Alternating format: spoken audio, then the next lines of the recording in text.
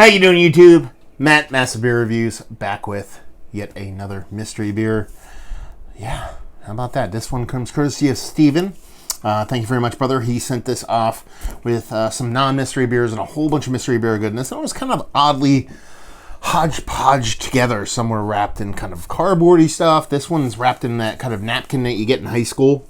You know, the high school super ghetto napkin.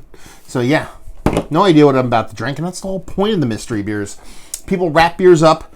They wrap them up. They send them to me. I open them. I drink them. I talk about them. You know, kind of guess, you know, what kind of beer it is, ABV, all that stuff. There's no prerequisite to what I'm trying to do. Is just trying to kind of get as close as I can beer-wise. Sometimes I actually guess the beer, or try to. More times than not, when I actually guess, I'm pretty damn close, if not spot on. So yeah, kind of excited to give this a whirl, as I am all mystery beers. The absolute ghetto-ness, I mean, it's masking tape, or not, masking tape, and like scotch tape, packing tape, super ghetto napkin. It's like hitting all the key points that I love so much. So let's give this a whirl. Hazy! Gotta get those hazies in you. You don't get those hazies, where you're gonna get your vitamins, you know? So, yeah, it looks like a super hazy New England style IPA. I mean, it could be a couple different things, but I mean, from a distance, it's essentially what we're dealing with. I mean, rich, crazy, dense. It's weird because it's super dense and hazy, rich orange core, but actually down towards the base, you can get a little bit of light through it, right on the bottom. You know, almost 2 fingers, infinite creaminess. Let's sleep on that shit all day, just off-white in color. Let's get into this. Yeah, soft bittering on top of humongous OJ vibes. Yeah, just big, rich orange juice all the way. There's a bit of grapefruit in there, and there's a little bit of almost like lemon-limey vibes. You know, every other kind of orange-based fruit in the world, it's there, but it's orange, California, like Florida orange, leaning heavily. Very rich, very sweet, very pulpy, with a little bit of bittering to it, not necessarily overtly rindiness or pithiness, just a nice soft bittering around it. And that's pretty much it. It smells pretty damn fucking good, to be perfectly honest with you.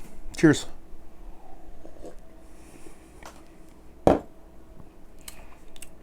Oh, that's a good beer.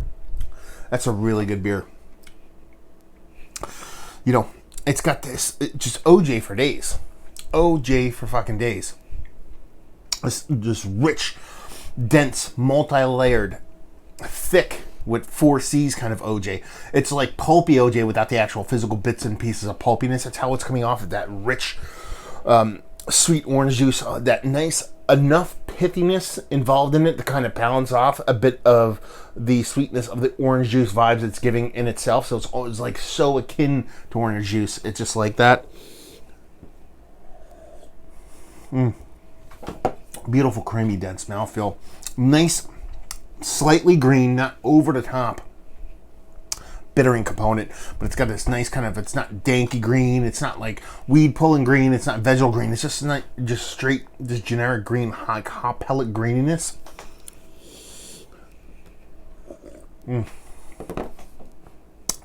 That's tasty. That's a really good beer. I love the balance between the sweetness and the bittering. It's not pulling punches, it's just straight up OJ all fucking day, done and done. If this isn't a Treehouse beer, I'm not sure what is. Last time Steve sent off some beers, there was quite a bit of Treehouse stuff involved.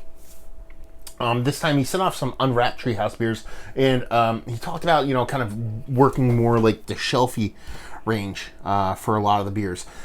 And the first, I think it was the first 2 or 3 that I did mystery beer wise were shelfies, and they were quite nice and they were fun to do. This screams Treehouse all day. It's giving me Julius vibes, but it's something. It's not Julius. It's something outside of Julius. Yeah, it's just it's delicious. It's tasty.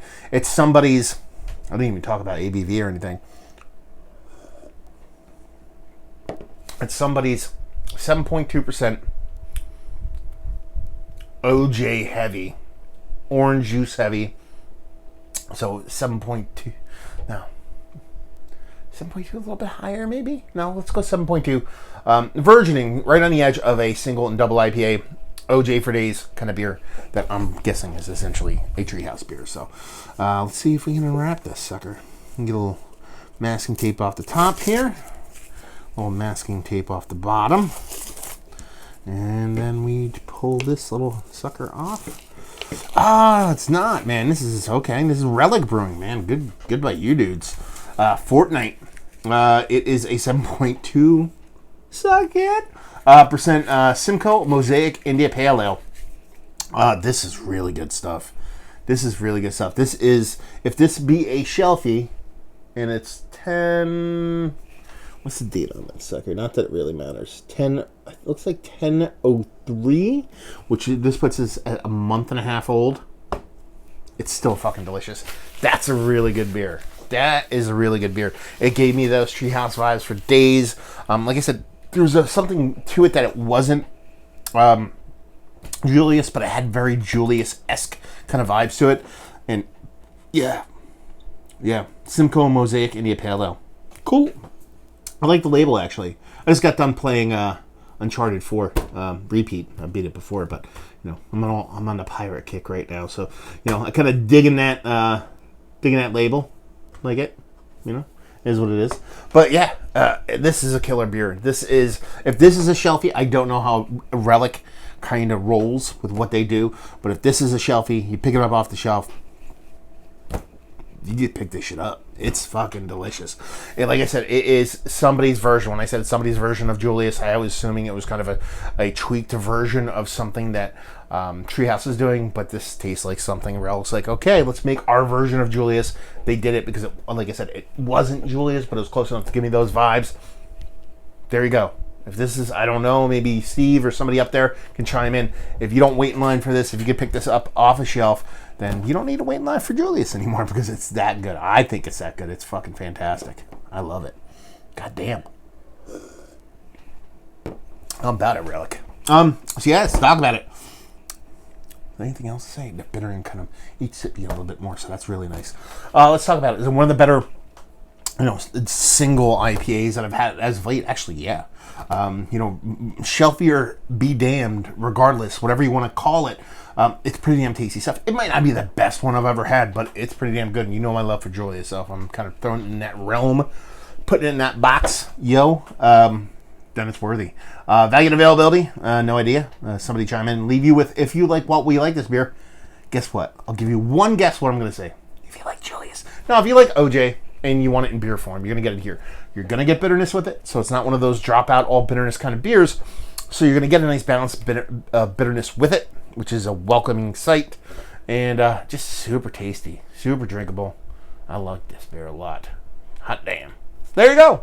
Another review in the books. Hopefully you guys enjoyed it down there if you want to talk about it. Massive Beers if you want to check me out doing the social media stuff. Beer Massive if you want to check me out doing the whole podcasting thing. Hopefully you guys enjoyed the review. Hopefully you're enjoying a nice little Relic jam right now, and hope to see you next time. Cheers. Thanks, Steve.